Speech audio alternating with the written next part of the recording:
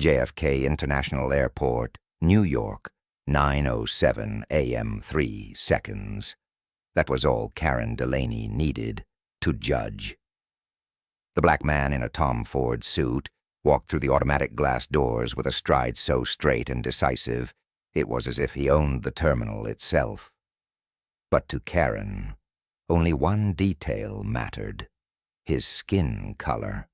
Not the Italian handcrafted leather shoes, not the Hermes briefcase or the watch that cost more than a year at Harvard, but the one thing no one could conceal: the deep brown skin that stood out in a first-class zone, as whitewashed as a financial boardroom.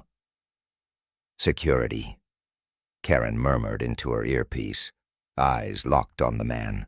We have a case that needs verifying. Elias Monroe, 42, founder of the prestigious AI firm Monroe Innovations, didn't need to hear her exact words. He understood everything. He'd been here before, not at JFK, but in rooms where eyes assessed you down to the molecule. His career wasn't born in boardrooms. It was forged through skeptical stares, through questions like, "Are you sure you're in the right place?" But today, Elias wasn't here for vengeance. He was here to test the system, one that always claimed to be fair. But did it work?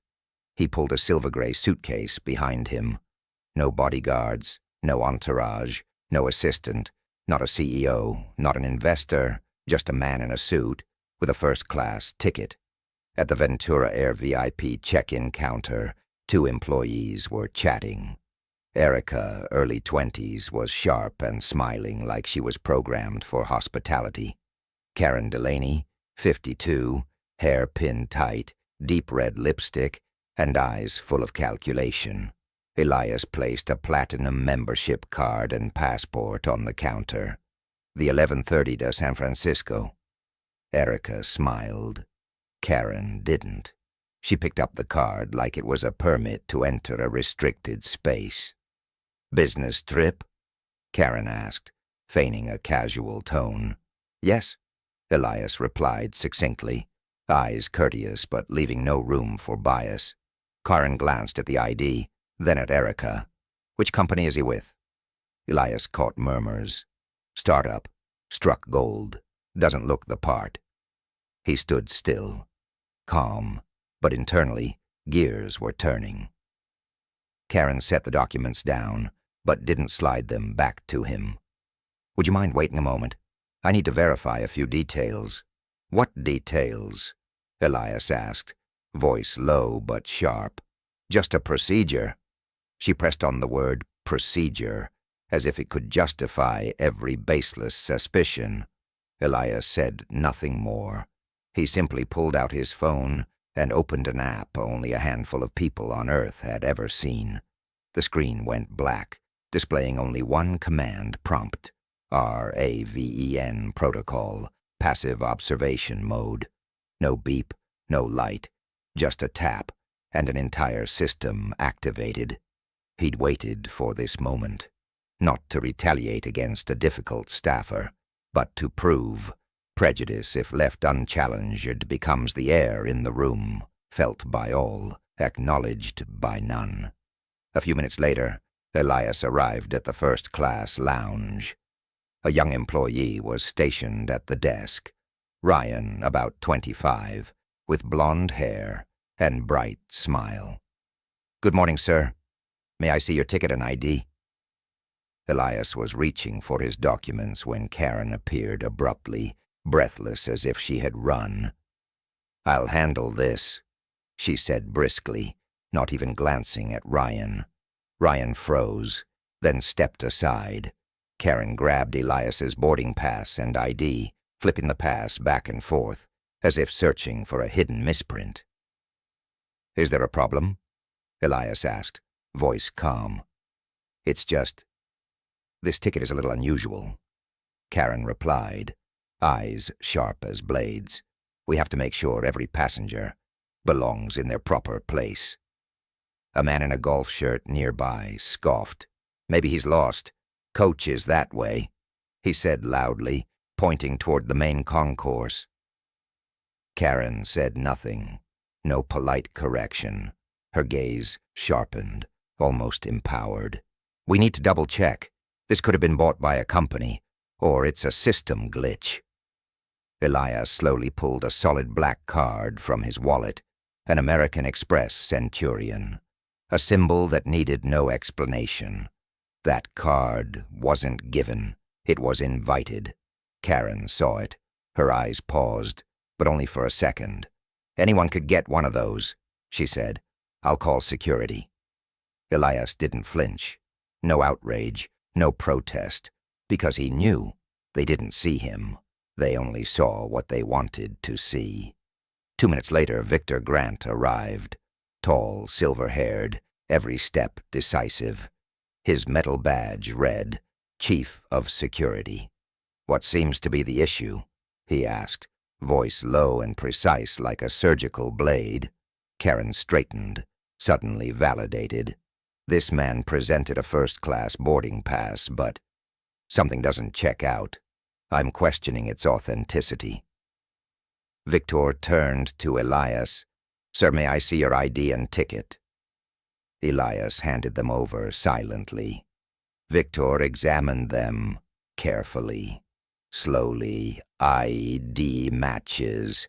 The first-class ticket is valid. No red flags in the system. Karst now interjected. "But still, something feels off. It's a gut instinct. We can't be too lax." Victor looked at Karen, longer than necessary, then back to Elias. "Sir, I apologize, but to follow protocol, would you mind accompanying me to the security office?" Elias nodded. Of course. He walked. No resistance, no reaction. Yet his presence silenced the entire lounge. A black intern in uniform cleaning nearby, Jamal Barnes, watched him go, eyes wide. He recognized the face. Impossible to mistake. Elias Monroe, the man who built the AI infrastructure that powers half the U.S. airports. And they had just escorted him out. Inside the security office. Door closed. Only Elias and Victor. Victor placed the documents down. "I recognize you. I've read your book. This shouldn't have happened." Elias sat upright, eyes dark. "But it did, and I want to know from your perspective, why?" Victor said nothing. Elias continued, every word like a strike on steel. "This isn't the first time, but today I'm not walking away in silence. I want to see how the system reacts when it begins to collapse from within." Then Elias pulled out his phone and made a call. Just one sentence. RAVEN protocol. Full deployment. Observe, analyze, record. No one in that room knew that. Within hours, Ventura Air's systems would begin to fail. From website and check-ins to electronic boards. And Elias? Elias would still fly. But this time, he wouldn't just be a passenger.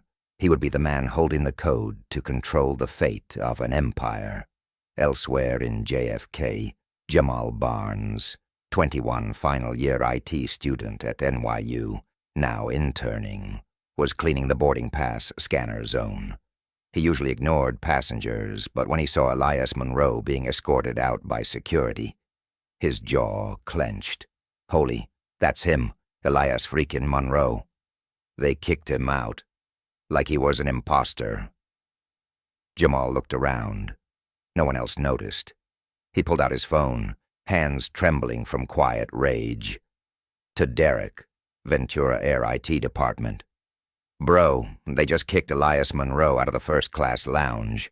The Elias Monroe. He didn't say a word, but that look. Something's coming." Up on the 9th floor, in the IT break room, Derek Wells was eating a bagel when his phone buzzed. He read the message and choked on his orange juice. "What the hell?" he called immediately. "Jamal, explain. Are you sure? Elias Monroe? I wrote my thesis using a modified version of his MIT algorithm. Trust me, I know his face. God, who gave the order? Some woman. Karen Delaney. ground staff lead, treated him like there's no way he belonged in first class. We've just triggered a nuclear bomb. And that bomb had already started sparking. Behind the scenes, Raven's code, silently executed, accessed internal network, logged emails with keywords like profile, risk, and protocol, flagged patterns of potential racial bias in complaint processing logs. Most of all, extracted video from 7 lounge cameras, capturing the entire incident. Back in the security office, Victor Grant watched the footage replay, frame by frame. He paused, zoomed into Karen's eyes, clear contempt, rewound to the man in the golf shirt, mocking Elias. Watched Karen say nothing, practically complicit. Victor sighed. 20 years in airport security. He had seen a lot, but this was the first time. He felt ashamed. At the executive floor of Ventura Air, CEO Charles Whitmore had just wrapped up a meeting with political lobbyists when his phone rang. "We've got a problem, and it's bigger than you think." Charles scoffed. "Another VIP customer complaint." "Number, it's Elias Monroe. Your people just kicked him out of the lounge, and the video is starting to go viral on X1017 AM, Gate C16. Elias Monroe sat quietly in a boarding area seat. No one recognized him. No one. Except for a phone, live streaming just 40 feet away. Jamal, after receiving the update from Derek. "Lounge camera footage has been accessed. The video's leaking." He didn't hesitate. He launched his live stream. No clickbait headline. Just a cold caption. "When the founder of Monroe Innovations is denied access to first class, simply for not looking the part." 11:02 AM, the first hashtag appears. Or fly while black, 11:09 AM. An aviation industry analyst account quoted the clip. "That's Elias Monroe. His algorithms run this damn airport, and they just treated him like trespasser." 11:14 AM, a famous black female anchor's ex-account posted, "This isn't an incident. This is a symptom." 34th floor, Ventura Air HQ, Midtown Manhattan. CEO Charles Whitmore had just finished a call with PR when an internal alert lit up. "Incident involving high-profile tech figure has entered media cycle. Twitter trending, YouTube gaining traction, Reddit catching fire." "Call Ethan Ross," Charles muttered, sweat pooling behind his collar. "Call Yathan, now." On the plane, seat 1. Elias closed his eyes, said nothing. The plane began to taxi. The phone in his pocket vibrated gently. A message from Leah Okoro, head of global security, Monroe Innovations. Observation complete. Phase 2, awaiting authorization. Elias didn't respond. He simply tilted his head to the window, where the sky was opening ahead. At that same moment, in Ventura's IT department, a technician shouted, "The booking system just crashed, and the backup server isn't responding." Another voice yelled, "No way." Someone knew exactly where to hit first. Harlem, New York. 29 years earlier. A young Elias sat curled on the concrete steps of Foster Care Unit 12. In his hands was a worn notebook, its cover held together with clear tape, inside filled with numbers, graphs, and lines of handwritten source code. A social worker, Miss Patterson, knelt beside him, gently placing a hand on his shoulder. "Your aunt couldn't make it today. I'm so sorry, Elias." He nodded slightly. His face is emotionless. At just 9 years old, he seemed already accustomed to being forgotten. Since the car accident during a picnic trip, Elias had been orphaned, left only with his notebook, a computer, and fragments of unfinished code. "What are you writing?" Miss Patterson asked, leaning over. "A system to predict behavior. If you can see what people are going to do, maybe you can avoid bad things. She glanced into the notebook, spotting if-then statements and AI logic that would make even the head of IT sweat. Her throat tightened. You're a special kid, Elias. I believe one day the world will know that. Elias had passed through 4 foster families. None ever felt whole.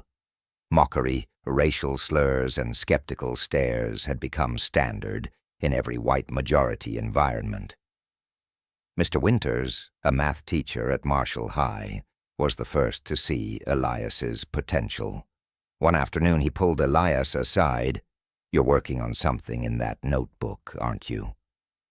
Elias produced another one, this time a model for forecasting the financial market. Mr. Winters's eyes widened. "I've been teaching 30 years. I've never seen anything like this. Elias, you're ahead of third-year graduate students." Elias did 3 jobs: morning coffee runs, afternoon library assistance, and dishwashing on weekends. Every dime went to buying old computer parts to build a small server in his foster room. The night before MIT applications were due, Elias's current foster father, Jim, found him still awake. "You're still up? I'm finalizing an app. It predicts crop damage using weather and commodity data to flag potential food shortages." Jim looked at the screen and nodded. "You're extraordinary, but you still need sleep." The next morning, Elias received an envelope, a full scholarship to MIT. That day, they threw Elias the first birthday party of his life.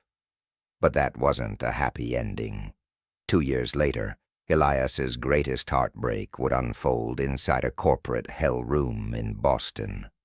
In a luxury boardroom in Boston's financial district, Elias sat across from 3 men in gray suits, silk ties, and cold smiles, as if hosting a poor child from another planet.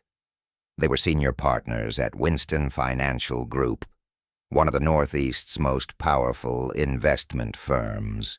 On the table was the full demo of the system Elias had spent 2 years building. An AI platform predicting global food shortages using weather, population, trade, and geopolitical data. He had turned it from theory into reality, working day and night. "We're impressed," said Bradley Winston. "You've got potential, Elias, raw but exploitable.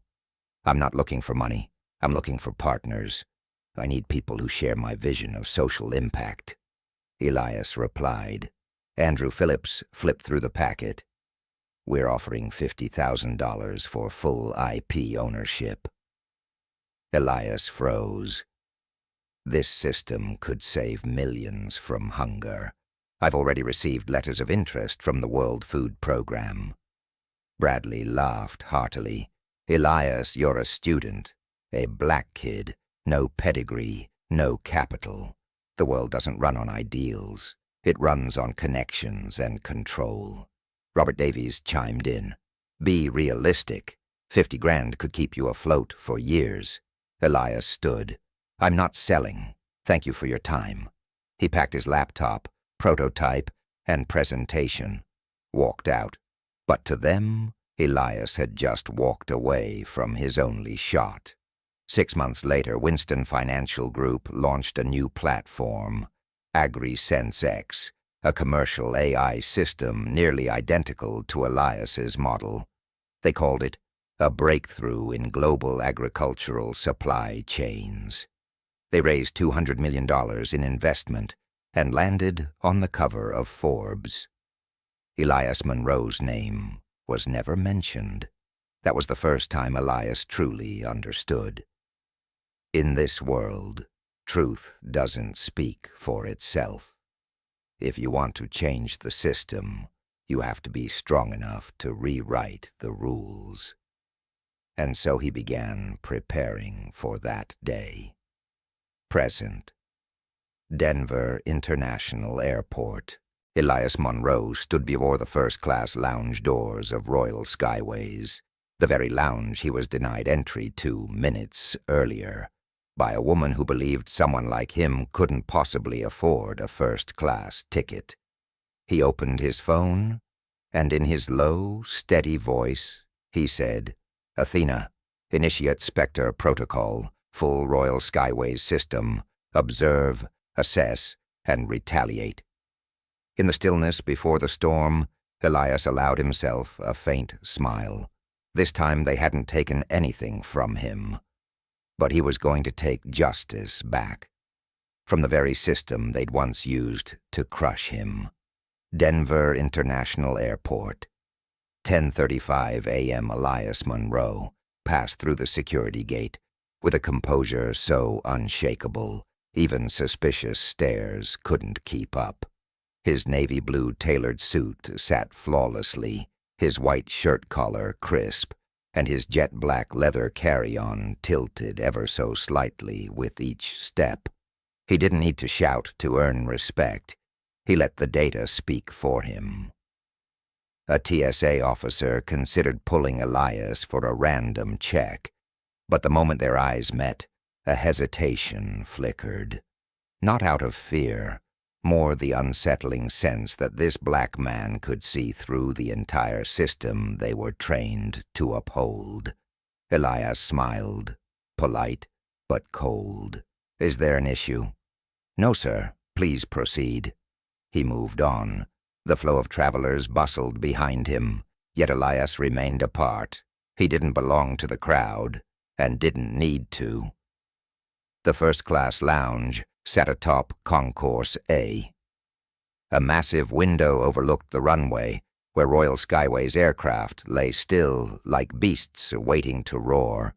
Elias stepped up to the front desk. "Good morning, Elias Monroe. I have a first-class ticket on RS-456 to San Francisco." A young employee, Ryan, began to greet him, but a voice cut in from behind.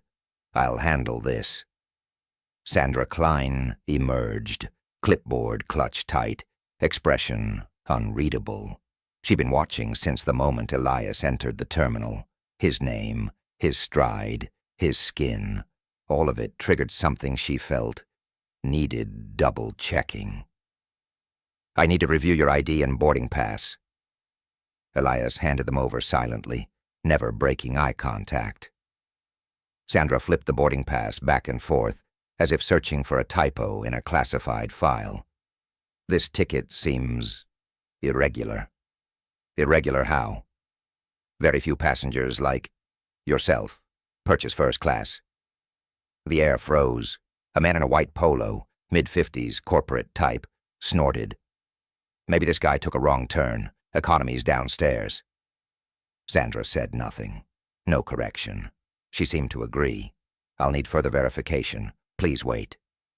Elias nodded, but instead of calling or protesting, he pulled out his phone. A simple command was sent. Athena switched to recon mode.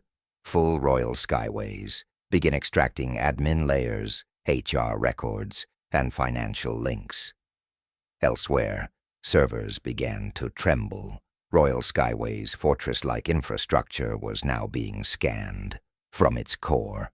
11:15 a.m., CEO office, Royal Skyways HQ, Houston, Charles Whitmore, was in a communications meeting when an email pinged, its subject line blaring red, "Incident at Denver Lounge, VIP interception." His frown deepened. When he opened it, the attached image made his hand tremble slightly. Elias Monroe. "It's him." A nearby advisor asked, "You know this man?" Charles forced a nervous smile. "He's the one legally told me to never engage under any circumstances. And we just kicked him out of our first-class lounge." 11:30 a.m., Denver Airport. First-class lounge security officer Victor Lang arrived on the scene. He looked at Sandra, then at Elias. He saw it all in Elias's eyes. Calm, resolute, not angry, but dangerous. "Mr. Monroe, I've been asked to escort you to a private room for further clarification." Elias nodded. Good. I wanted a private conversation, too. Once the door to the security room closed, Elias set down his suitcase, unbuttoned his shirt cuffs, and sat upright. Mr. Lang, I'll be direct. How many discrimination complaints has Royal Skyways buried under the label Internal Procedures? Victor froze. No reply, but Elias didn't need one. Athena, activate Raven. Initiate insider protocol. Hundreds of internal emails, surveillance logs, HR documents, and shady payouts began uploading to media nodes. It had begun, and this time it wouldn't end at just being denied a seat. Royal Skyways HQ, Houston, 12:03 p.m., 29th floor, executive boardroom, once bathed in corporate confidence, now dimmed by panic. Charles Whitmore stood dead center, furious eyes fixed on the large screen streaming live news. Across social media, hashtags #FlyWhileBlack and #Justice for Monroe were exploding. A liked video showing Elias Monroe being denied access to the first-class lounge had racked up millions of views overnight. I warned you, never escalate a VIP issue until you know exactly who they are. The PR director screamed, flinging a binder across the table. An operations executive whispered, face pale, "That man, that's Elias Monroe, CEO of Monroe Dynamics, the architect behind the AI systems we use at 19 terminals." The room fell silent as if someone had declared war. Charles clenched both fists, voice strained. Are we under cyber attack? The IT chief nodded slowly, visibly shaken. It's not an external breach, no data leak, but the system's behaving erratically like it's being manipulated. Every time we patch one error, 3 more show up. Denver, Airport Security Ops Room. Same time, Leia Okoro sat before a wall of monitors, eyes scanning every detail. Athena Raven protocol status. Running stable. All nodes syncing data. 16 internal oversight vulnerabilities were identified in Royal Skyways, simulating random anomalies in financial and customer service systems. Leah nodded, calm but firm. Good. Begin destabilizing the core. We don't need to destroy them. We just need to make them panic on their own. Denver Airport, internal staff area, 12:12 p.m. Jamal Barnes, an IT intern, hadn't taken his eyes off his phone screen. A message from his best friend, Derek, an internal systems engineer, popped up. Bro, shocking news. Monroe was the one who built the entire management platform for Royal Skyways, and they just kicked him out of the lounge. Jamal collapsed into a chair, heart pounding in his chest. He recalled Elias's eyes from the day before, not angry, not pleading, just a terrifying silence, as if he was recording everything. He whispered, "If I don't stand up, who will?" Immediately, Jamal sent a message to a secure address he had stumbled upon in an old internal file from Monroe Dynamics. "I know what's happening. I have the information. I'm ready to help." Royal Skyways, Crisis Office. 12:30 p.m. Ethan Ross, a crisis management expert hired with a 7-figure salary, was reading Elias Monroe's file with a steely gaze. He gently traced the line. Previously had IP stolen by Winston Financial. Disqualified from a scholarship for unofficial reasons. Charles Whitmore was nominated by Winston to be CEO. Oh, how interesting. An old debt looks like it's due. A staff member entered, pale-faced. "Mr. Ross, the loyalty system has sent out hundreds of error emails. Half of them downgraded VIP customers to economy. Users are panicking." Ethan showed no sign of urgency. On the contrary, he smiled like a fox spotting his rival's trap. "Begin the counterattack. Find everything on Elias Monroe, his life, his finances, his past. Give me a weakness. Athena Command Center. Undisclosed location. Leah stood before the central screen as Athena displayed a network map of Royal Skyway's interconnected systems. Data nodes lit up like a matrix. The HR department has 36 hidden complaints. Legal used NDAS to quash every scandal involving discrimination. Suspicious money transfers are surfacing. Leah turned and commanded, "Prepare to shift phases. Boost media analysis. Start leaking data to independent journalists." Meanwhile, inside Royal Skyway's headquarters. In the staff lounge, Sandra Klein, the one who directly denied Elias, was still rambling on about following proper procedures. Erica, the younger co-worker who had stood beside her that day, suddenly spoke. "Sandra, do you know who he is?" Sandra frowned. "Just some strange black guy who got to sit in first class. I was just doing my job." Erica looked her squarely in the eyes. "He is Elias Monroe. The AI system in this airport belongs to his company, and now he's bringing us down from the inside." The entire room fell silent. "And I hope when everything collapses, you're not the first one they throw under the bus." Elias Monroe, in a San Francisco hotel room, he was watching lines of code run across the screen. Protocols Raven, Athena, Mirror, all synchronized. A message appeared. "Jamal Barnes has confirmed cooperation. He's been embedded in the internal system." Elias smiled. Everything was just beginning. Good. Now let the system reveal the truth on its own. Royal Skyway's HQ, Houston, 7:45 a.m. The next day, Royal Skyway's headquarters began its day as usual. But the atmosphere inside the building was heavy, as if a storm was brewing. On the executive floor, department heads sat across from one another in an emergency meeting. Faces tense, phones vibrating constantly. The wall-mounted TV replayed the morning news. Elias Monroe, being escorted out of the first-class lounge, dominated the screen. Urgent headlines flashed.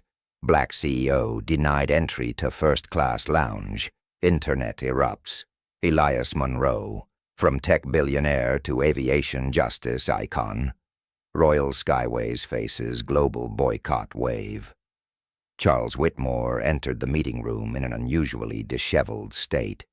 His hair was messy, tie crooked, and dark circles marked his sleepless eyes. Every eye turned to him.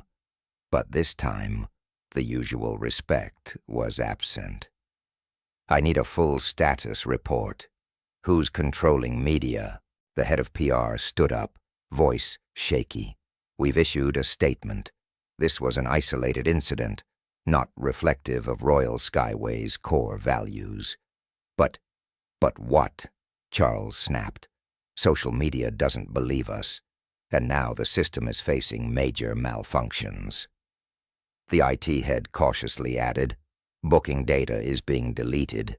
Seat classes are being randomly changed. The loyalty system has been fully reset. There are signs of external control. This isn't a bug. It's a deliberate, strategic attack." Charles turned pale and collapsed into his premium leather chair. He knew this was no ordinary crisis. This was war. Denver Airport, security monitoring room, 8:03 a.m. Victor Grant had his eyes fixed on the screen. He rewound the footage of Elias being denied lounge access. The image showed Sandra Klein confronting Elias, asking for documents a third time, her expression cold, her voice full of suspicion. A colleague walked in, whispering, "Vic, they're looking for someone to blame. Word is your name came up in the board meeting." Victor didn't respond. He knew he had followed procedure, but in this environment, the truth often mattered less than the image the media wanted to create. His phone buzzed. A strange message.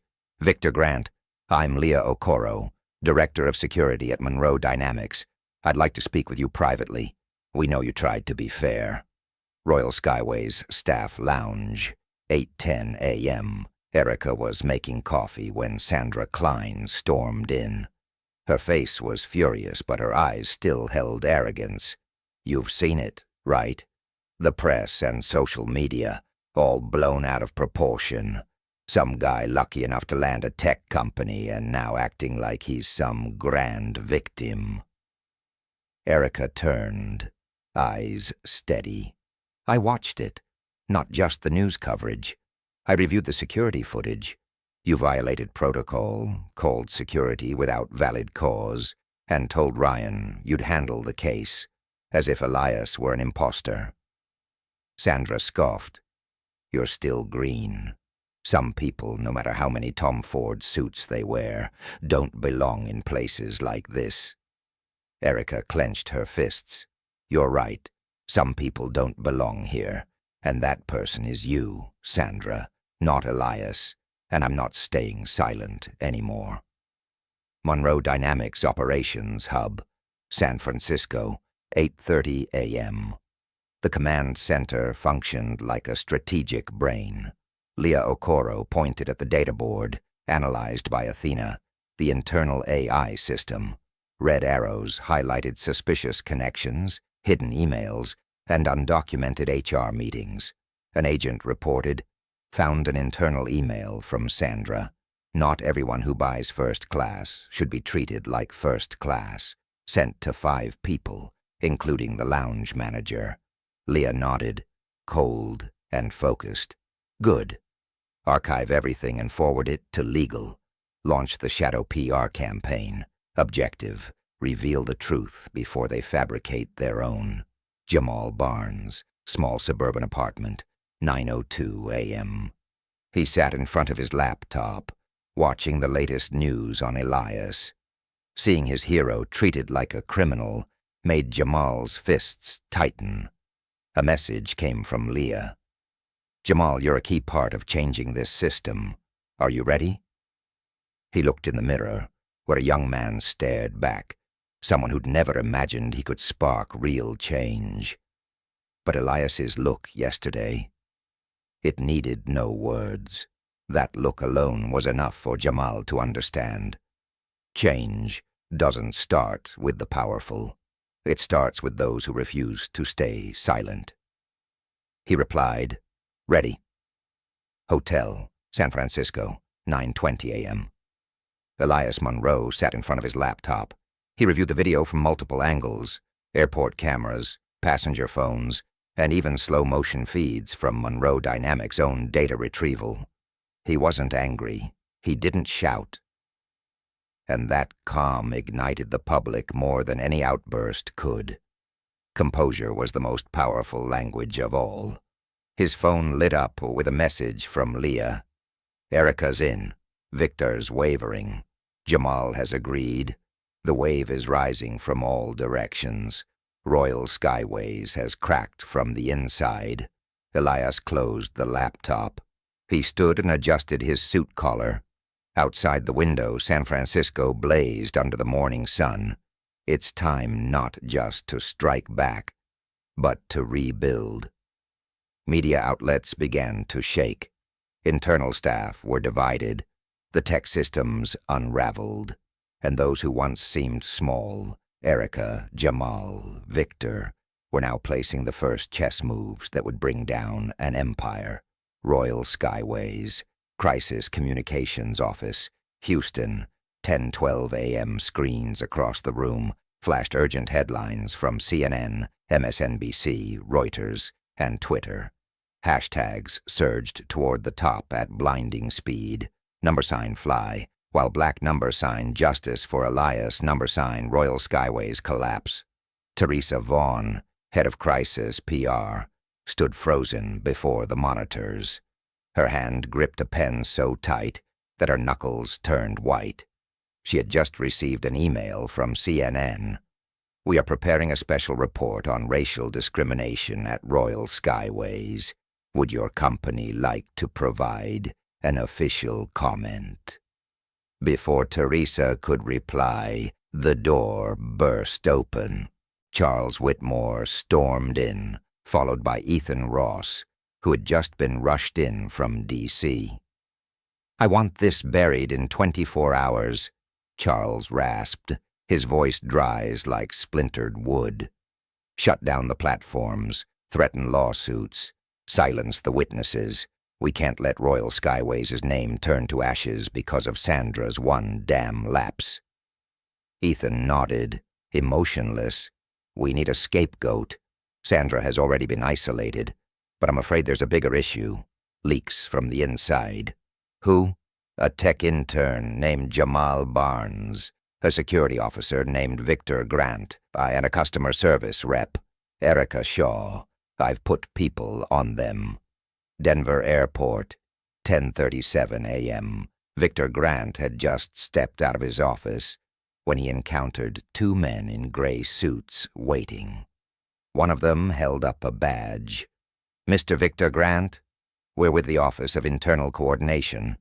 We'd like you to come with us to clarify a few matters regarding a security document leak." Victor looked them dead in the eye, unafraid. "What I have to say, I'll say to someone with legal authority, not to hired ghosts paid to muzzle the truth." He quietly pulled out his phone and sent a single text. "Leah, they've made a move. Monroe Dynamics Headquarters, Campaign Command Center, 11:03 a.m. Leah Okoro received the message and immediately switched to emergency mode. On the screen, Royal Skyways' internal messaging windows monitored by the counterintelligence team began flooding with keywords like silence, countersue, and threaten divestment. "Initiate Phase 2, Leah ordered. "It's time for the truth to leave the shadows." Immediately following her words, 3 major media outlets simultaneously received an encrypted data package labeled Athena Prime, containing surveillance footage showing Sandra's behavior, discriminatory internal emails from Royal Skyways managers, a staff training document titled How to Handle Unusual Behavior from Passengers Unfit for Brand Image, stamped by the executive board. Within 30 minutes, every social media platform exploded. Royal Skyways refuses service to Black Tech CEO, covers up discriminatory culture for years. Headline from the Washington Post: Elias Monroe, the tech empire builder, teaching the aviation industry a lesson in justice. Headline from Forbes: Jamal's apartment. 11:35 a.m. Jamal received a call from CNN. The evening anchor wanted to interview him, live, about what he saw and why he chose to speak out.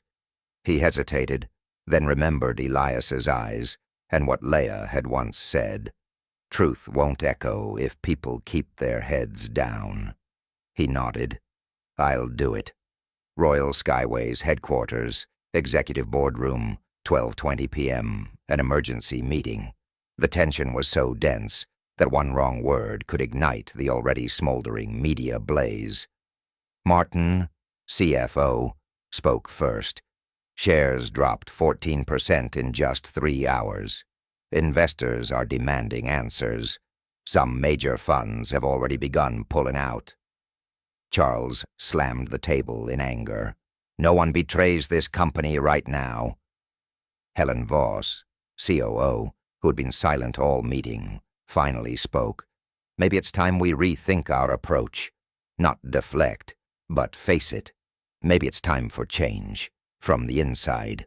Charles eyed her with suspicion, but this time he noticed the eyes around the boardroom were no longer on him. Elias's hotel, 12:45 p.m. Elias had just ended a call with his lawyer. On the video call screen, he looked at Leah. "They're collapsing, layer by layer." Leah nodded. "But we don't just want them to collapse. We want to rebuild something better. A new foundation, a new value system." Elias looked out the window. In his eyes, there was no hatred, only calm determination. Then we must make sure this fall isn't for nothing. The media storm had begun, and this time it wasn't the quiet voices being swept away. It was the empire that once believed it was untouchable. New York, CNN headquarters, 6:45 p.m. Eastern Time. Studio lights dimmed slowly, spotlighting the young but resolute face of Jamal Barnes. In his earpiece, the director counted down. Next to him sat veteran CNN anchor Dana Whitaker. 3 of 2, 1, live. Dana smiled warmly, her voice clear and steady. Good evening and welcome to tonight's special report. Our guest is a key witness in the incident shaking the foundations of the U.S. aviation industry.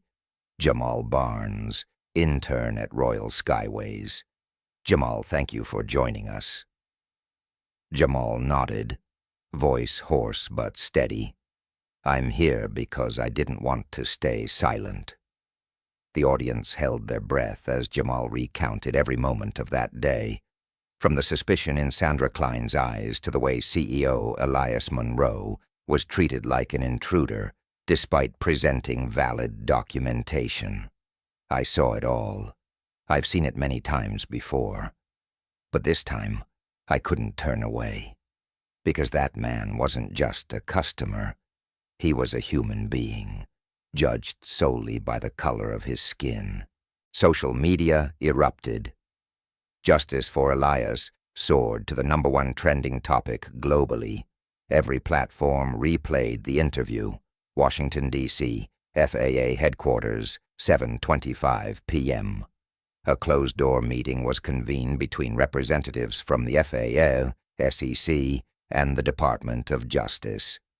On screen were internal clips, discriminatory emails, and data charts proving biased treatment of passengers at Royal Skyways. One official spoke, "It's time for a full investigation, not just into Elias Monroe's case, but the entire governance and hiring model." Denver, living room, Victor Grant's home, 7:42 p.m. Victor sat before his webcam, preparing for a live interview with 60 Minutes. On the table, a glass of water, documents, and his old military badge. Leah Okoro had called him earlier. "Victor, you're not just a witness. You are the voice of reckoning from within the system itself." The host asked, "Were you ever trained to identify racism or bias in the workplace?" Victor shook his head. Never formally. But there were implications. Unrecorded meetings, unspoken policies. I kept my eyes shut too long. And now? Now I open them, I speak out. Because if we don't, who will? Royal Skyways headquarters, 8:15 p.m. The shareholder meeting turned into a tribunal. Helen Voss laid out a series of leaked emails for the board. Falsified technical reports, suppressed internal complaints, retaliatory staff transfers for whistleblowers, CFO. Martin Reynolds removed his glasses, voice low. "If Charles Whitmore doesn't resign immediately, I'll release every internal file on slush funds and anonymous accounts." Another director spoke up. "We can't protect one man, but we can still save the company. It's time to choose a side." San Francisco, Fairmont Hotel, Presidential Suite, 8:47 p.m. Elias Monroe sat across from his closest advisors. On the table was a draft proposal to acquire Royal Skyways, with key provisions. Maintain 95% of the workforce for 24 months. Restructure the executive board. Establish a center for equity and corporate culture under Monroe Dynamics. Leah said, "Helen Voss is quietly lobbying the board to approve.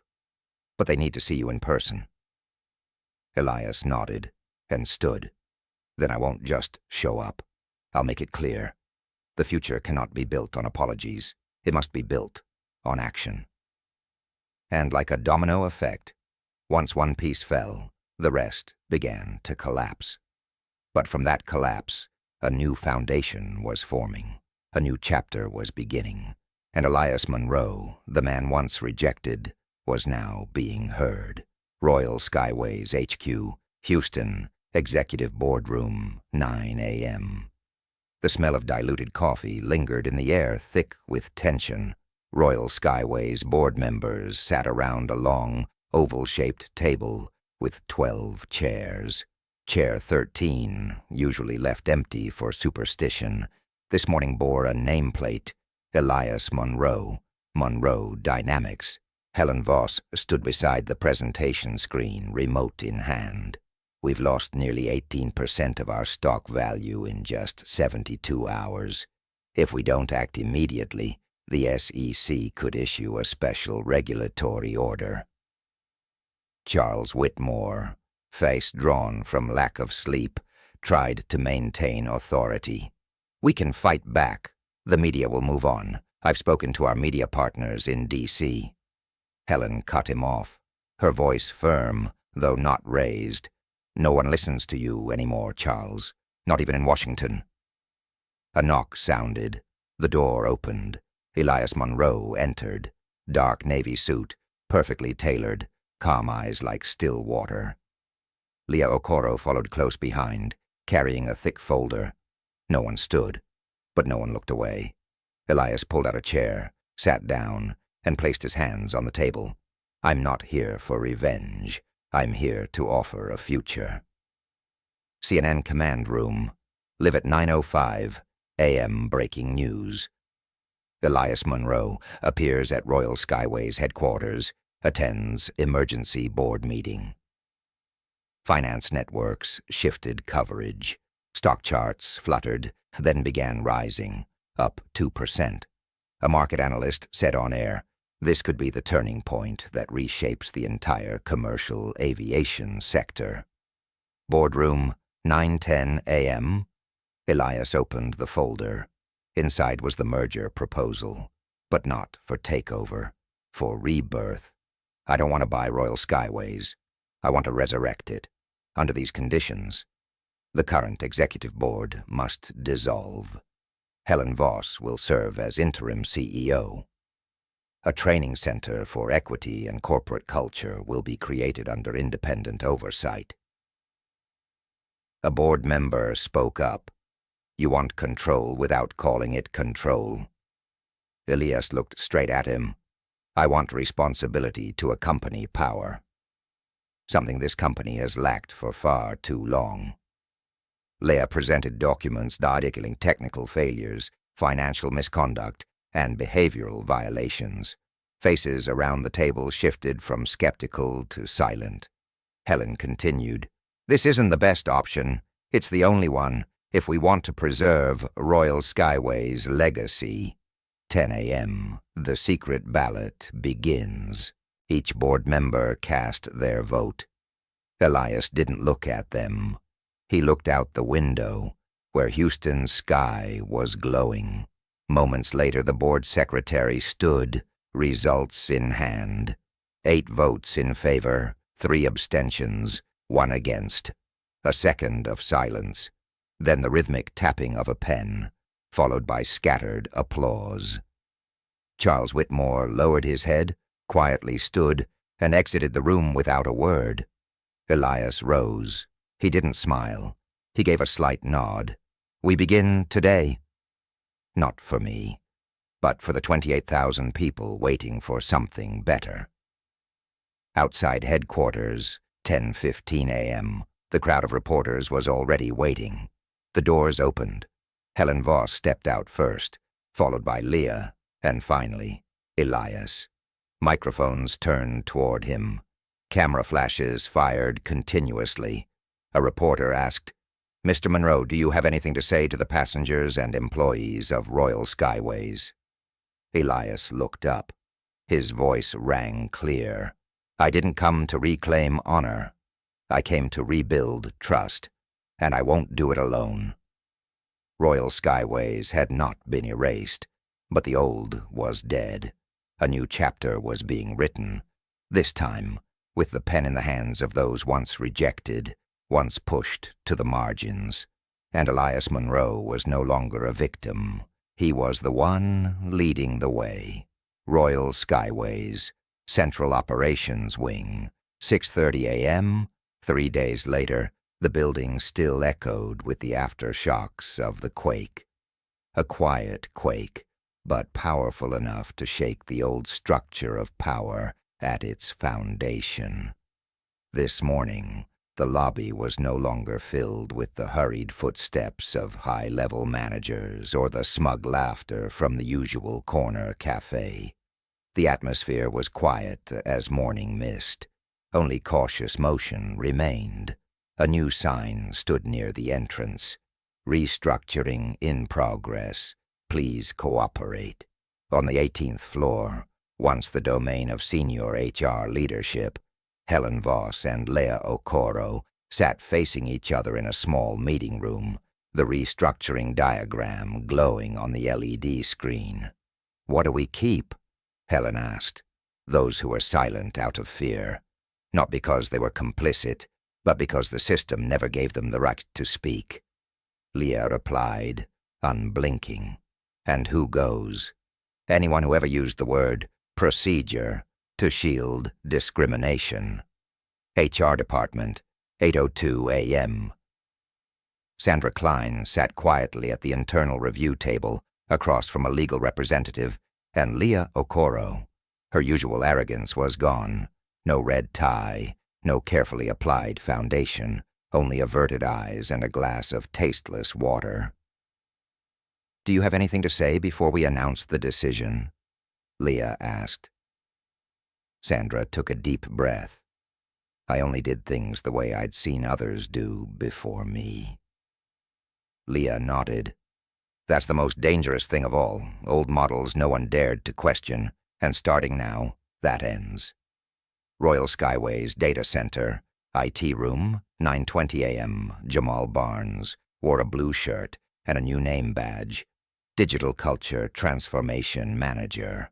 He and a team of engineers were reviewing the seat allocation system and passenger complaint history, with one clear goal: identify and eliminate any algorithm that could produce unconscious bias. One engineer spoke up. "Jamal, this algorithm used to prioritize passengers by spending frequency, but it seems it also inadvertently excluded certain demographics." Jamal nodded. "Fix it. Every customer deserves access to the best service, regardless of where they come from or what they look like." Executive Meeting Room, 11 a.m. Elias Monroe arrived on time. No assistant, no fanfare. He entered the first National Branch Directors meeting since the restructuring. "I'm not going to give an inspiring speech today," Elias began, scanning the room, "because I believe you're here not for words, but for belief that every passenger, every employee deserves respect." He opened the plan before him. "We'll start by listening to frontline employees. They know best what needs to change." Monroe Dynamics Headquarters, San Francisco, 4:45 p.m. A group of communications professionals was coordinating the launch of a new campaign: "Fly fair, fly equally, live equally." Leah stood behind them, watching the screen as the campaign's first video went live. A black passenger entered a Royal Skyways first-class cabin, greeted with a respectful bow from an airline staff member. His face, not Elias's, but just an ordinary man, smiling with quiet hope. The video closed with the message, "Every seat has value. Every person has dignity. Break room, Aircraft Maintenance Wing, 7:15 p.m. Victor Grant zipped up a new uniform jacket, navy blue, emblazoned with Head of Operational Equity Oversight. Technicians looked up. Several nodded. The tension that once filled the room had begun to be replaced by the early signs of trust. One mechanic muttered quietly, "You came back. Thought they'd get rid of you." Victor smiled faintly. I've got work to do, and none of us has truly started over until justice is properly installed. Royal Skyways had begun to transform, not from the executive offices, but from the terminal gates, the maintenance bays, and the countless emails rewriting biased algorithms. And the man once pushed out of the lounge was now leading that quiet revolution. With silence, with persistence, with action. Royal Skyways HQ, Crisis Communications Room, 8:15 a.m. Cold white ceiling lights cast a sterile glow over the sealed room, where senior advisors huddled around a bank of screens showing charts, headlines, and hundreds of flaming social media comments. A frantic assistant burst in. CNN has published the first report. They have a copy of the board's email about hiding aircraft maintenance reports. The head of PR looked toward Charles Whitmore, officially suspended, but still lingering, desperately clinging to the last vestiges of power. We need an official statement, immediately. Charles said nothing. His face was like stone, rigid but cracking. San Francisco, Leah Okoro's office, 8:30 a.m. Leah watched the live broadcast. On the screen, CNN's anchor spoke in a solemn tone. And exclusive documents show that CEO Charles Whitmore directly approved delays on mandatory maintenance for 9 wide-body aircraft over the past year. She turned to her media ops team. Send out the internal video. Sandra refusing Elias. Include the full timeline of first-class customer handling over the past 6 months. It's already live on Twitter, LinkedIn, and YouTube. The public's calling it Number Royal Skyways Collapse Denver, Jamal Barnes's apartment. 9:02 a.m. Jamal received messages from several reporters. He didn't reply. He knew his moment would come, not to answer questions, but to tell a story. He opened his speech draft. The first line was already written. I was a witness, but silence is a form of complicity, and I chose to break that. New York, Stock Exchange. 9:30 a.m. Royal Skyways plunged 14% in the first 40 minutes of trading. Analysts began calling it the domino effect of the aviation industry. But another name was trending even more. Elias Monroe, the man who shifted the balance of power with nothing but quiet rejection. San Francisco, Elias Monroe's office, 10 a.m. Elias sat at a small conference table with Leah and Helen Voss. On screen, the sentiment chart was slowly turning green. Trust was returning, but Elias did not smile. This is the moment when it's easiest to lose focus, Elias said. We're not here for revenge. We need to do what's right. Leah nodded and switched the screen to the rollout plan. This afternoon, the reform policy announcement. Public, live broadcast. All former Royal Skyway staff are invited to attend. Helen asked gently, would you like me to speak on your behalf? Elias shook his head. No, I'll speak. But I want them to see. I'm speaking not just for myself, but for everyone who's ever been silenced. Royal Skyways, main auditorium, 2 p.m. on stage. Elias Monroe stepped into the camera flashes, surrounded by live TV feeds. He carried no script, no assistant, just himself, and the memory of being asked to lave a space he had paid to be in. I didn't speak that day, because I wanted my actions afterward to speak louder. Royal Skyways once called itself a national airline, but a nation cannot be represented by discrimination, exclusion, and the concealment of truth. He looked directly into the camera. I didn't destroy Royal Skyways. I just pulled back the curtain on the truth. The rest, that's up to those who chose to look away. The room fell into suffocating silence. Then a single round of applause. From a corner, Jamal Barnes stood, clapping first, then Erica, then Victor, then hundreds of employees, rising, one after another. Royal Skyways didn't collapse from a single blow. It unraveled as truth was peeled away, layer by layer, until there was nothing left to hide. And Elias Munro, the man once denied a seat, had now redefined the entire sky. Royal Skyways HQ, emergency boardroom, 8 a.m. The next day, Helen Voss sat at the head of the table, surrounded by the remaining board members. No Charles Whitmore, no chaotic PR swarm, only the quiet of those standing on the threshold between collapse and hope. Elias Munro has submitted a full restructuring proposal, Helen began, voice steady. He doesn't want to destroy Royal Skyways. He wants to save it. One board member, silver hair, gold-rimmed glasses, lifted his head. I watched the speech yesterday. He's not a cold capitalist. He's a true leader. Helen nodded. We have two choices.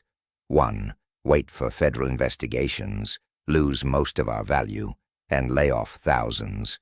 Or two, let Monroe Dynamics take over, with a 24-month workforce retention guarantee, tech investment, and full process transparency. No one objected, only nods of agreement.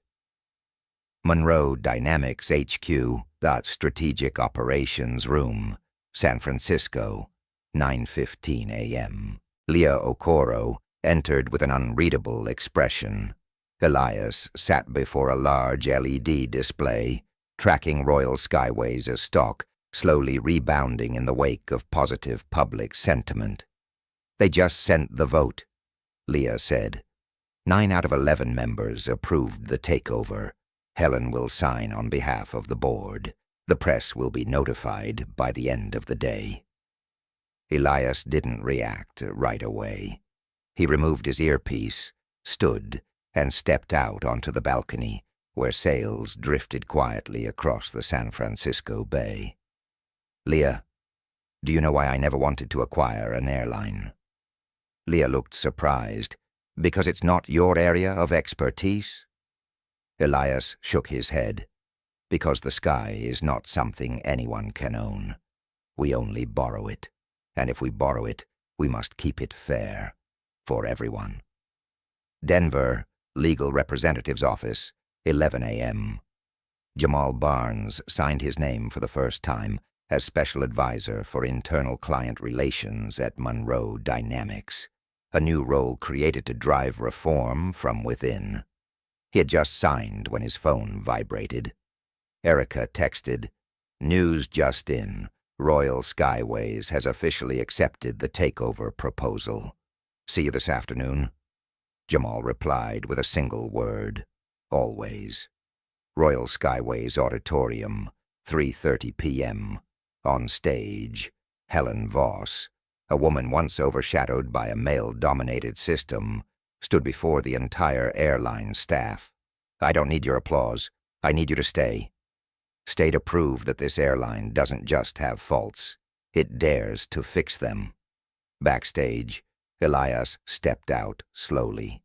All eyes turned to him, not with the skepticism of before, but with trust. We're not here to take over and dominate. We're here to rebuild. And starting today, Royal Skyways will be the first place to prove that justice doesn't have to wait for a courtroom. It can begin right at the boarding gate. The New York Times, headline.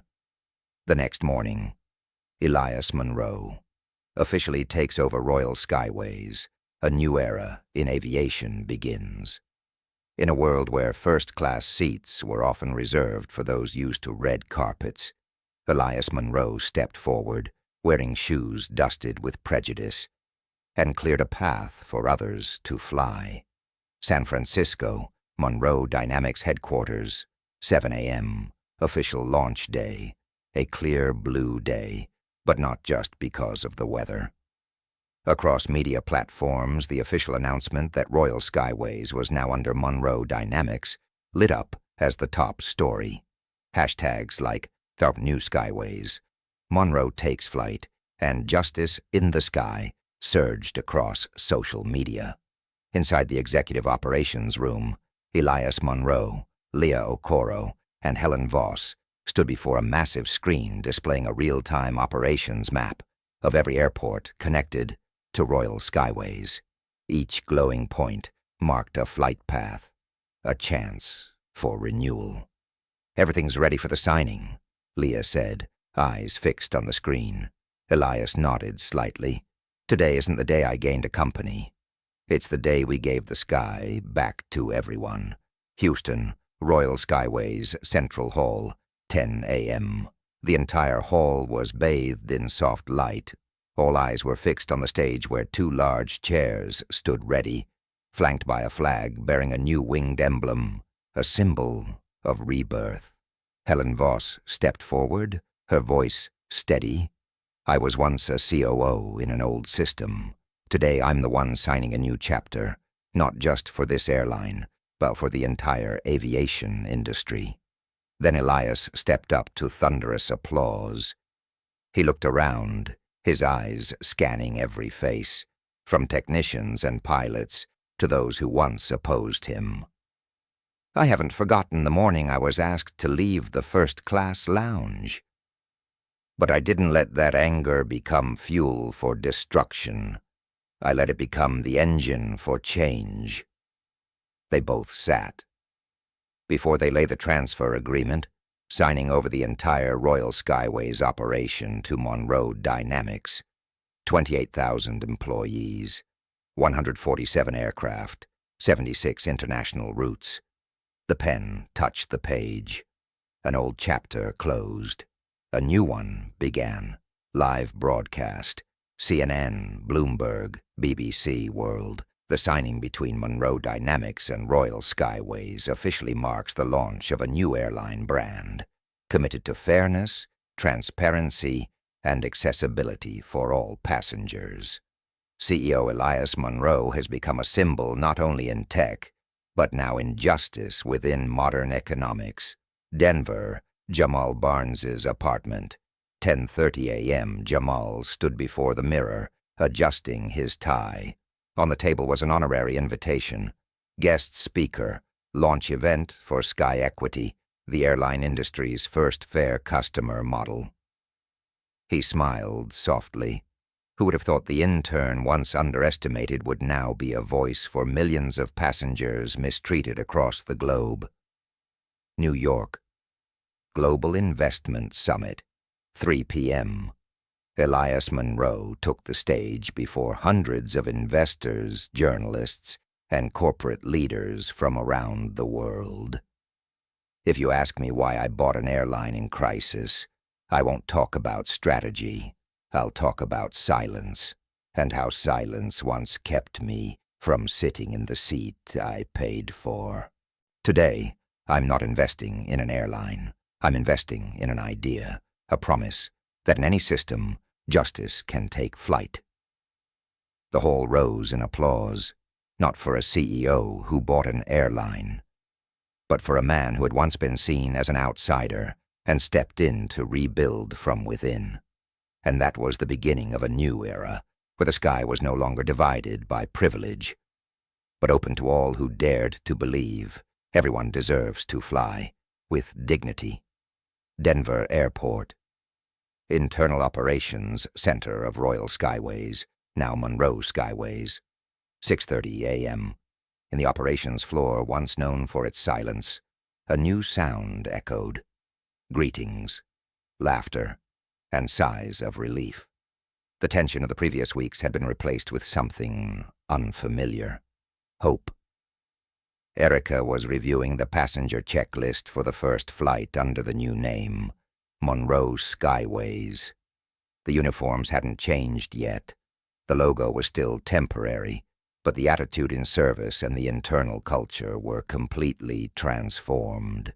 She received a message from Leah Okoro. The compliance team has officially removed all off-system passenger control policies. From now on, every passenger, regardless of status or skin color, will be treated under a single unified process. Erica smiled gently, her eyes turning toward the boarding gate. Today, she would be welcoming Elias Monroe, Bay Area, Monroe Dynamics Strategic Coordination Office. 7 a.m. Leah Okoro led a meeting with 12 new department heads of Monroe Skyways, including some former Royal Skyways personnel, retained based on merit and willingness to grow. "I'm not asking you to change overnight," Leah said, "but I am asking you to start with one thing: honesty. This system used to run on fear, cover-ups, and excuses. From now on, it runs on transparency, feedback, and accountability." A hand rose. It was Victor Grant, newly appointed Director of Internal Security Coordination. "I was once part of that old system, but I'm here today to make sure no one else is ever treated like Elias Monroe. Not while I'm sitting here." Leah nodded. Her eyes lit up like a lantern switched on in the dark. "Flight MS-001, from Denver to San Francisco, 9:15 a.m. Elias Monroe sat in seat 1A, not out of privilege, but because today he was the first passenger on the very first flight under the Monroe Skyways banner. There was no grand welcome, no red carpet, but as he boarded, every gaze turned to him, not out of curiosity, but gratitude. Jamal Barnes, now head of passenger experience, accompanied Elias. He was sweating nervously, but Elias simply patted his shoulder. "Today you're the one leading, not me." "But I'm only 23, Jamal stammered. "And you have something many 53-year-olds don't: the courage to speak the truth before it becomes popular." Jamal smiled, then walked toward the main cabin, where he was about to announce SkyCare, the new policy guaranteeing 100% refunds if any passenger is denied service due to appearance, race, gender, or background. San Francisco, Media Hall, 11 a.m. When flight MS-001 landed, dozens of media outlets were waiting. But Elias didn't speak. Instead, he handed the mic to Erica, a former frontline employee once told to stay silent.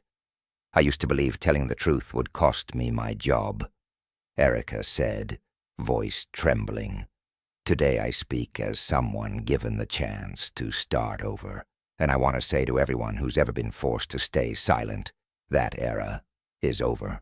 Applause rang out, not for a CEO, but for those once considered small, now standing at the very center of change. Monroe Dynamics HQ. Later that day, Elias returned to headquarters, the internal performance report of Monroe Skyways in hand. He opened the first page, a handwritten note from Leah. "Rebuilding doesn't start with structure, it starts with the heart." Elias looked out the window. In the distant sky, a plane with the new emblem was taking off. "There's still so much to do," he whispered, "but we've taken flight." New York, the Daily Echo headquarters, 6 a.m. An email arrived just as the editor-in-chief was about to sip his morning coffee. The subject line made him freeze. "Internal leak from Monroe Skyways. New passenger bias policy." An attachment included a screenshot of what was claimed to be a new passenger classification document, highlighting the phrase, "Absolute priority for historically discriminated minority groups."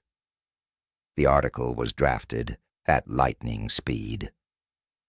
San Francisco, Monroe Dynamics Communications Office, 7:45 a.m. Leah Okoro lightly slapped a file onto the desk. "We've got a leak. An internal draft document that hadn't been approved was screenshotted and edited." She turned to Elias.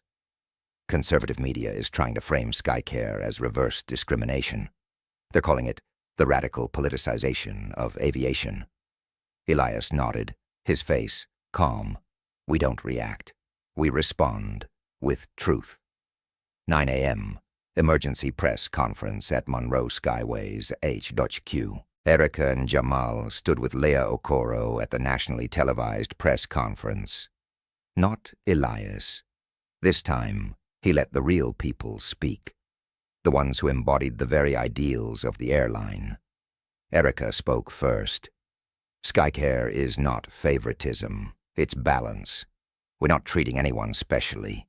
We're removing the invisible special that has long blocked millions from access to fairness. Jamal followed, clear and composed. They used to call me the lucky intern, but I'm not lucky. I was given a chance because I dared to speak the truth.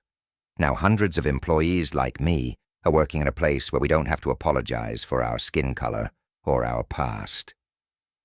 Leah closed with a firm message. We're not favoring anyone. We're rebuilding.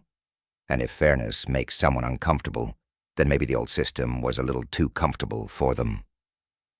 New York, Charles Whitmore's office, 10 a.m. From the shadows, Charles watched the press conference live stream on a tablet. Beside him was Ethan Ross, his face cold as steel. They're not losing control, Charles growled. They're taking back the narrative. We need something stronger, more personal. Ethan nodded. The internal sabotage campaign has begun. Targeting Erica, Jamal, and Leah will make Monroe Skyways people question each other. Monroe Dynamics Headquarters, 10:45 a.m. Elias read the internal warning email sent by Athena. A coordinated media attack, backed by shadow funding, was spreading through fake Twitter accounts and sensational news sites. He said only one sentence. Initiate deep response protocol. Let's show them transparency isn't just a slogan. Leah asked, how do you plan to turn it around? Elias smiled. With the living, breathing truth of real passengers. Invite 100 travelers from all walks of life who were once denied airline service to fly on the first SkyUnity flight, and let them tell their stories. Live.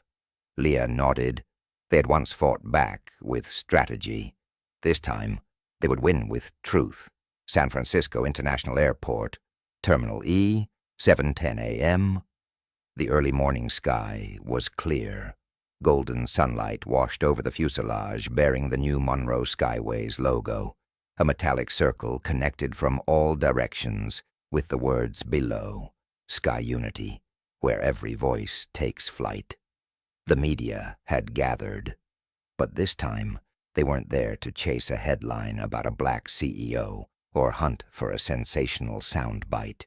They came for the passengers.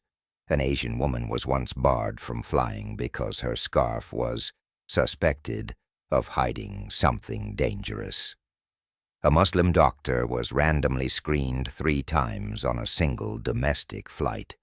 A black veteran was removed from a first-class seat because he didn't match the ticket description.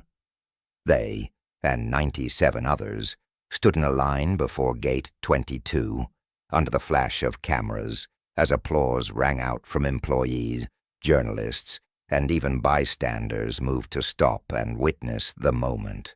On board SkyUnity, 7:45 a.m. The lead flight attendant was a transgender woman named Clara, her voice soft but unwavering. Good morning, dear passengers. Welcome aboard the first SkyUnity flight, where every story is valued and every voice is heard. Jamal Barnes stood next to Clara, not to speak, but to capture every moment on a personal camera, preparing for the Voices in the Sky series, where each passenger would share their journey today. An elderly brown-skinned man cried when he saw the small card waiting on his seat. Today we don't just apologize for what happened. We promise it will never happen again. Media monitoring room, former Royal Skyways HQ, 8:10 a.m. Ethan Ross watched as Twitter exploded. SkyUnity flight. Monroe redefines air travel. Real passengers, real stories. He clenched his teeth. They're not reacting. They're turning an attack into a celebration. Whitmore's going to lose his mind. An assistant spoke meekly. Conservative media is staying quiet. No one wants to oppose this flight. The emotion is too strong. San Francisco, Monroe Dynamics Data Center, 8:45 a.m., Leah Okoro stood before the system command screen. Athena AI had proactively gathered millions of positive comments, extracted the most viral stories, and pushed them across platforms at the highest frequency possible, without triggering spam filters. One highlighted line read, "I was once denied because I was too different. Today, I was invited as someone who matters. I fly, not just with a ticket, but with trust, restored." Leah nodded slightly. She knew that traditional media feared data, but new media feared something else, a truth that couldn't be denied. Monroe Skyway's executive boardroom, 9:30 a.m. Elias Monroe stood in front of a live cockpit feed on the screen. "We're not just running an airline. We're carrying a message. Aviation is no longer a privilege. It is equal opportunity." Customer sentiment data after the first 2 hours just crossed 87% positive. Nearly 60% came from people who were previously neutral. They said, "I never cared before, but today I'm proud I bought a Monroe ticket." Elias didn't smile. He looked around the room, his gaze steady, his voice low. "The storm isn't over. But at least today, we've shown the world justice can take flight." Ethan Ross's temporary headquarters, 7:12 a.m. the next day. The small room beneath an old financial building in Houston had no sign, no logo, nothing to hint it once housed a company that operated hundreds of flights a day. But inside, LED walls displayed social media maps, propagation codes, and live updates of wind-blocking campaigns. Ethan Ross stood at the center of it all. The counteroffensive plan had just been approved. "We no longer have time for defense. Now is the time to unleash everything we've got." The screen lit up with 3 targets. 1.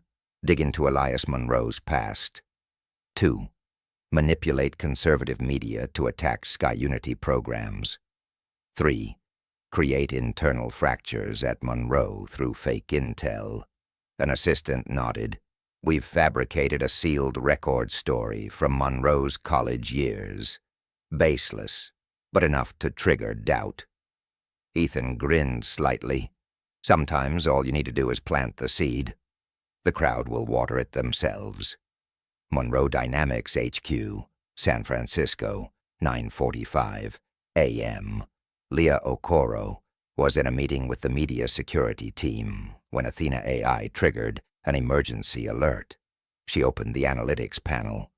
They're using an international botnet, pulling old photos of Elias, embedding them in fake headlines, and hiring influencers to react negatively. A legal expert asked, "Can we take it down?" Leah shook her head. "If we remove it, they'll say we're hiding. If we don't, they'll say we're complicit. Only one way forward: lead the confrontation." She hit the direct alert button for Elias. Elias Monroe, private war room, 10:12 a.m. Elias sat in silence after watching the spliced clips.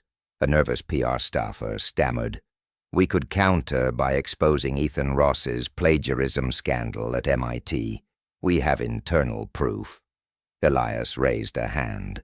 "No, you don't clean blood with dirt. Does anyone remember why SkyUnity exists?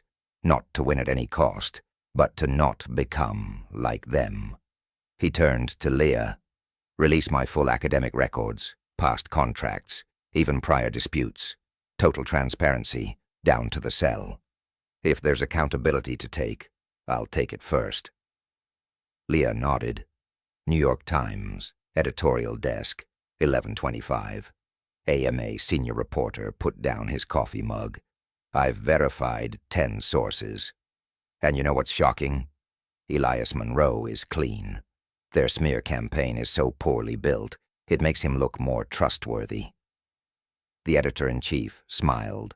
Title for the next piece: The Transparent Man in the Age of Shadows. Royal Skyways HQ, Charles Whitmore's abandoned office. 12:01 p.m. Charles turned on the TV. His face paled at the news ticker.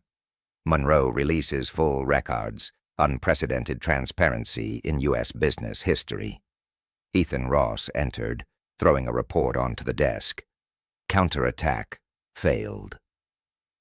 They flipped the narrative first, and now the public's flooding Monroe's office with job applications. Charles slammed his hand on the table.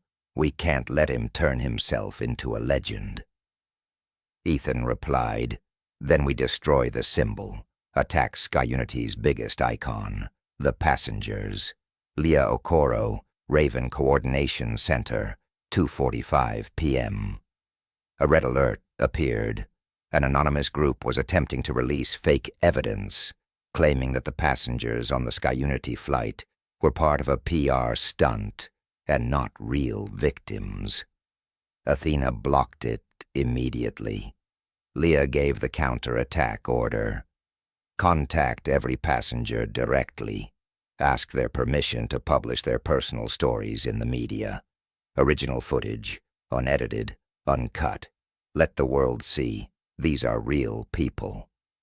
U.S. media, nationwide, 6 p.m. social media was flooded with images. A 75-year-old woman holding her SkyUnity ticket, speaking with a tearful voice. For 40 years, no one ever invited me to sit by the window. A brown-skinned college student kissed his mother, then turned to the camera. They used to send us back to the economy. Today, I'm flying first class.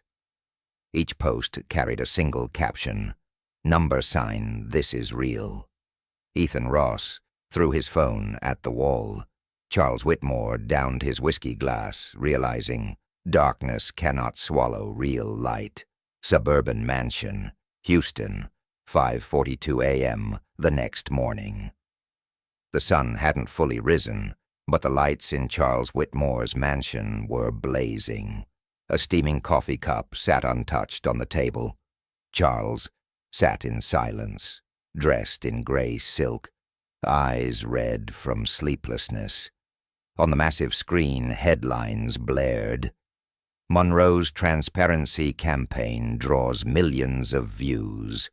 SkyUnity, the new symbol of change. Charles didn't look at the screen. He stared at a printed list, a confidential list of political contacts. He picked up the phone and dialed. A deep voice answered. Whitmore, thought you were finished. Not yet, Senator Gardner. But if we don't act now, you and I both will be swept away. I'm listening. I need a congressional hearing, an investigation into Monroe Dynamics' financial operations, and I need it before Friday. And in return, I'll redirect funding for your 2026 campaign, $5 million, plus I'll clean up those awkward audit reports from your old airline. Deal.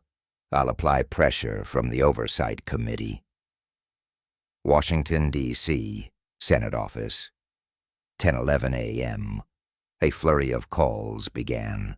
Emails sent from the Senate Transportation Committee demanded an emergency hearing into Monroe Dynamics, questioning corporate overreach, orchestrated media manipulation, and infrastructure tech monopolization. Monroe had just 72 hours to prepare. Monroe Dynamics HQ, San Francisco, 11:45 a.m. Leah Okoro closed her tablet after an emergency meeting. Her expression was steel cold. They're using Congress as a weapon. This isn't fake news anymore. This is the system. Elias Monroe stood from his chair, gaze calm and almost unnervingly steady. Good. That means we've reached the final act. We're no longer up against the media. We're up against the entire order. Leah looked up. What's your plan? Elias responded, voice low but unwavering. They've summoned us to testify. Then I will appear. But I won't go alone. I'll bring with me every person they ever ignored. I'll walk an entire society into that chamber. Denver, Victor Grant's home. 2:02 p.m. Victor had just received a special email, summons to testify as a witness in the federal hearing. He read every line carefully. His face tensed. Then he turned to a photo of his daughter hanging on the wall, a picture of the little girl who, years ago, had been denied boarding because she was a black adoptee. Victor picked up the phone. I'll be there. New York, University campus, 4:15 p.m. Jamal Barnes had just wrapped up his first lecture on equal opportunity when he got a message from Leah. Are you ready to testify at the hearing? He replied with just 2 words, always ready. Washington, D.C. Capitol Building. 3 days later. Journalists lined up outside the hearing room, cameras pointed squarely at the front doors. The digital bulletin board displayed the message, continued in the next section if you'd like it. Hearing session. Investigation into corporate ethics of Monroe Dynamics and affiliates. Elias Monroe entered with Leah, Jamal, Victor, Erica, and a group of Sky Unity passengers, all wearing no suits, no luxury jewelry, just a badge across their chest that read, I was once denied. The media fell silent. Then came the wave of headlines. Elias Monroe appears with those hurt by the system. The attack turns the hearing into a reverse inquisition. Washington, D.C. Capitol Building, 9 a.m. The atmosphere in the hearing room was thick, like a storm about to break. Every seat was filled. The press crowded in the back, recorders lit, microphones buzzing like an underground current. Everyone waited for one person, Elias Monroe. The doors opened. Elias walked in, not in a $1 million suit, but in a plain white shirt, no tie. Behind him were Victor Grant, Jamal Barnes, and Erica Young, those once harmed by the system, now stepping in as living witnesses of truth. Senator Gardner tapped the hearing gavel lightly. The hearing is now in session. Topic: investigating the ethics and corporate behavior of Monroe Dynamics. A murmur stirred as Elias gave a faint smile. He said nothing.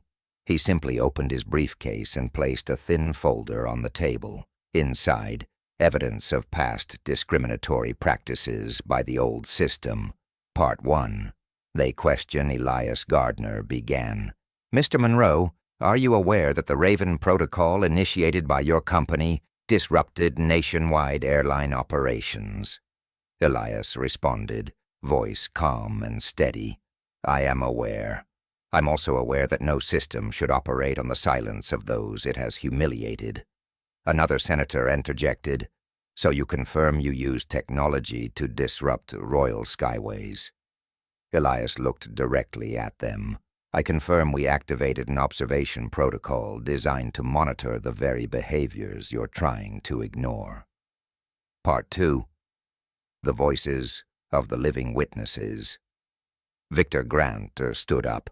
The spotlight caught every wrinkle on his face. I was trained to detect real threats, and I've learned prejudice is the most dangerous threat we refuse to confront. Jamal followed. I was just an intern. I had no power, but I saw, and I chose not to stay silent. Erica, trembling slightly but firm. I was warned I'd lose my job if I spoke up, but I knew.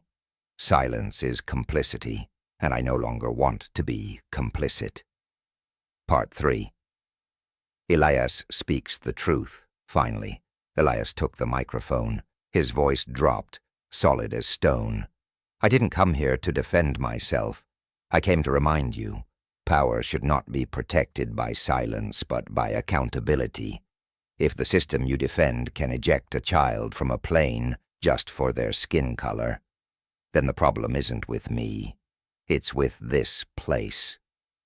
He placed his hand on the folder. We are not destroyers. We are restorers of justice, and if that threatens you, perhaps it's time you ask yourselves, who runs this country, the system or the truth?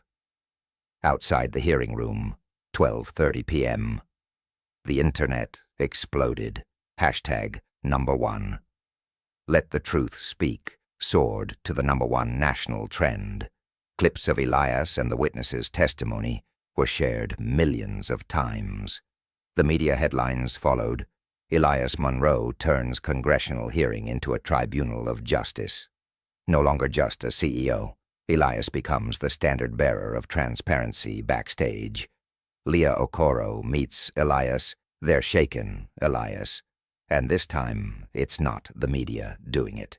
It's the truth. Elias smiled softly. We're not just fighting Charles. We're confronting those who've grown too comfortable silencing voices.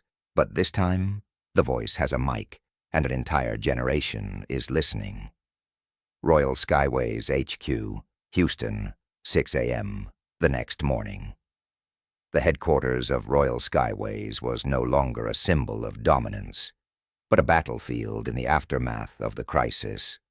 From the top floor, Charles Whitmore stared out at the waking city, his hand tightening around a glass of untouched whiskey. The screen before him displayed headlines in blazing red. National Aviation Committee opens full investigation into Royal Skyways. Board considers replacing CEO, stock down another 17%. Employees flood HR with allegations of toxic, racist work culture. Charles hurled the glass at the wall. It shattered, just like his reputation and career. Federal Court, 9:30 a.m. Elias Monroe's legal team entered the courtroom and filed a petition, requesting the Justice Department to freeze all personal assets of Charles Whitmore and the senior leadership of Royal Skyways to serve the ongoing investigation. Lead attorney, Rebecca Lynn, spoke clearly. We are not here to reclaim dignity. We are here to reclaim justice, and justice will no longer be delayed by the suits of the wealthy. San Francisco, Monroe Dynamics HQ, 10 a.m. Leah Okoro and the analytics team were overseeing the largest document release to date. 432 pages of internal files, emails, meeting recordings, and buried complaints dating back to 2017, all uploaded to a public site, truthflight.org. One click, a flood of data poured out. Journalists, the public, and human rights groups all now saw the truth, unfiltered and unedited. Main lobby, Royal Skyways, 11:15 a.m. employees gathered in front of the large screen. The news was broadcasting Elias Monroe's live statement from San Francisco. This is not my victory. This is the victory of those who were once told to sit down and be quiet. But today, they stood, they spoke, and they acted. Some employees cried. Others simply nodded in silence. Royal Skyways Board of Directors, emergency meeting, 1 p.m. Helen Jang, a longtime board member often sidelined by Charles, stepped up to the executive podium. We can't save a sinking ship if we keep the captain who punctured the hull. The vote began. Result, 12 in favor, 1 against. Charles Whitmore was removed from his position. Denver International Airport, 3:30 p.m. Victor Grant officially resumed his role as head of security. An elderly guard bowed slightly as Victor passed by. Thank you for not staying silent. Victor simply nodded. No words are needed. His actions had spoken for themselves. Monroe Dynamics, strategy floor, 5 p.m. Leah received a message from Elias. Begin the transfer negotiations. Royal Skyways will be renamed. She looked up at the flight path map. The old lines would be redrawn with new data and a renewed purpose. Press conference room, 6:30 p.m. Elias Monroe appeared, for the first time since the hearing. He stood under blinding flashes, yet his voice was calm. Royal Skyways once represented an era. But that era is over. Today, I declare, we will rename the airline to Equair, where everyone deserves to take flight with dignity. Thunderous applause erupted. In the audience, Jamal clenched his fist. Erica wiped away tears. Victor stood still, hand over heart, as if a silent promise had just been fulfilled. San Francisco International Airport, 7 a.m., 1 month later. A sense of energy and hope filled the newly renovated terminal, now bearing a bold new sign, Equair, where everyone belongs. Hundreds of passengers lined up at check-in, diverse in race, age, and culture. But united by one thing, eyes filled with anticipation and belief in something new. Jamal Barnes, now a full-time staff member in customer service operations, stood beside the first check-in desk, wearing a navy blue suit and an Equair name badge, smiling warmly. Welcome to Equair, where every person is welcomed for who they are. A little Asian girl tugged her mother's hand and asked softly, "Mom, is this the airline where that man was once rejected?" Her mother smiled. "Yes, but he changed everything, sweetheart. We're standing inside that change." Departure gate. Flight EQ 001, San Francisco, Washington, D.C.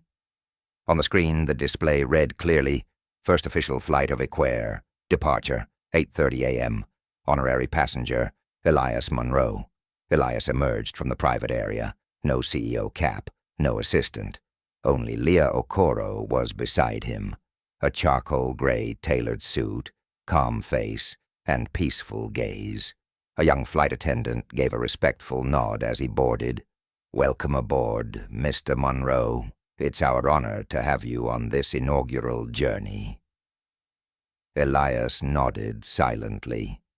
There was no tension in his chest now, only deep breaths, as if he had finally stepped onto the very bridge he'd spent years building, out of sight, but never out of purpose.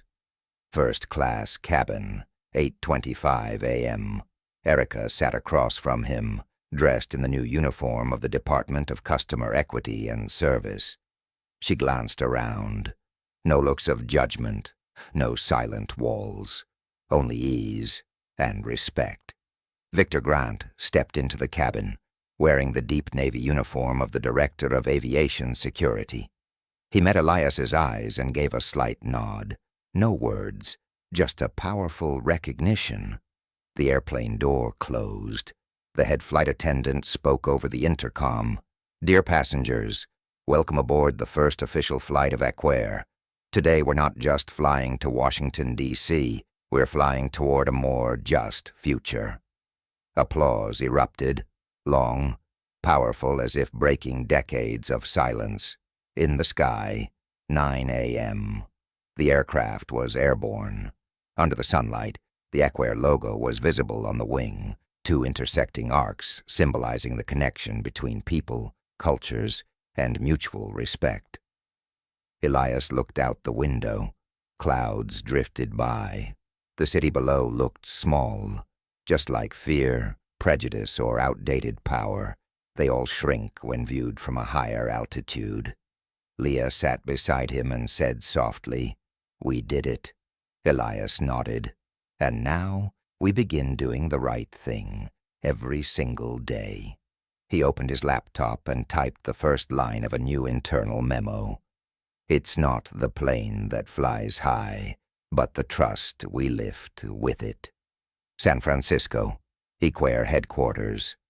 1 year later afternoon, sunlight filtered gently through the glass walls of Equair's headquarters, a space that was once just a dream, now redefined the aviation industry. On the top floor, the executive meeting room was no longer decorated with financial charts, but with portraits of those who spoke out when no one else dared. Jamal, Erica, Victor, Leah. Elias Monroe stood by the window, looking down at the lines of travelers at the airport below. Everything had gone farther than he ever imagined. We've expanded to 18 new international routes. Customer satisfaction is at 97%, and Equair's internal equity model has been invited by the United Nations to present at next month's Global Aviation Summit. Leah Okoro reported, holding her tablet. Elias nodded lightly. And how many complaints of discrimination this past year? Leah smiled. 1. And the person who sent it later became an Equair employee. They both chuckled gently. Jamal, at a high school in Oakland. He was no longer the timid intern. Jamal now led the Take Flight from School project, an Equair program aimed at providing first-time flight opportunities to students from low-income neighborhoods. When I stood up, I just thought, I can't stay silent. But now I understand. Standing up isn't just resistance. It's clearing a path for those who follow. Jamal said to a packed auditorium of students. Applause roared. In the crowd, a brown-skinned girl whispered, I want to work at Equair one day, too. Erica, on flight EQ-186, Chicago to Atlanta. She stepped into the cabin, checking everything. As Director of Passenger Experience and Equity, she still made a habit of flying twice a week to observe firsthand. An elderly white man hesitated as he approached a seat next to a young man of East Asian descent. Erica smiled and stepped in. Sir, if you need any assistance, I'm right here. This is Rashid. He's a third-year aviation student and knows more about planes than most of us. The old man chuckled. Then I might have to learn from him. They sat down. 2 minutes later, they were chatting away. Erica turned quietly. She didn't need to intervene, just ignite the right spark of connection. Elias. In his private office, late at night, on his desk was a framed photo. A young black boy in a school uniform, sitting in front of his first flight simulator. The handwritten caption read, See you in the sky, Mr. Elias, because that's where my future belongs too. Elias held the photo and closed his eyes. In his mind, he heard Leah's words from a year ago. It's not retaliation, Elias. It's reconstruction. Now he understood deeply. The right things don't need to be shouted. They just need to be built, day by day, with patience, compassion, and action. High above, on that very day, Flight EQ-001 was still flying, not just through the air, but through the hearts of millions.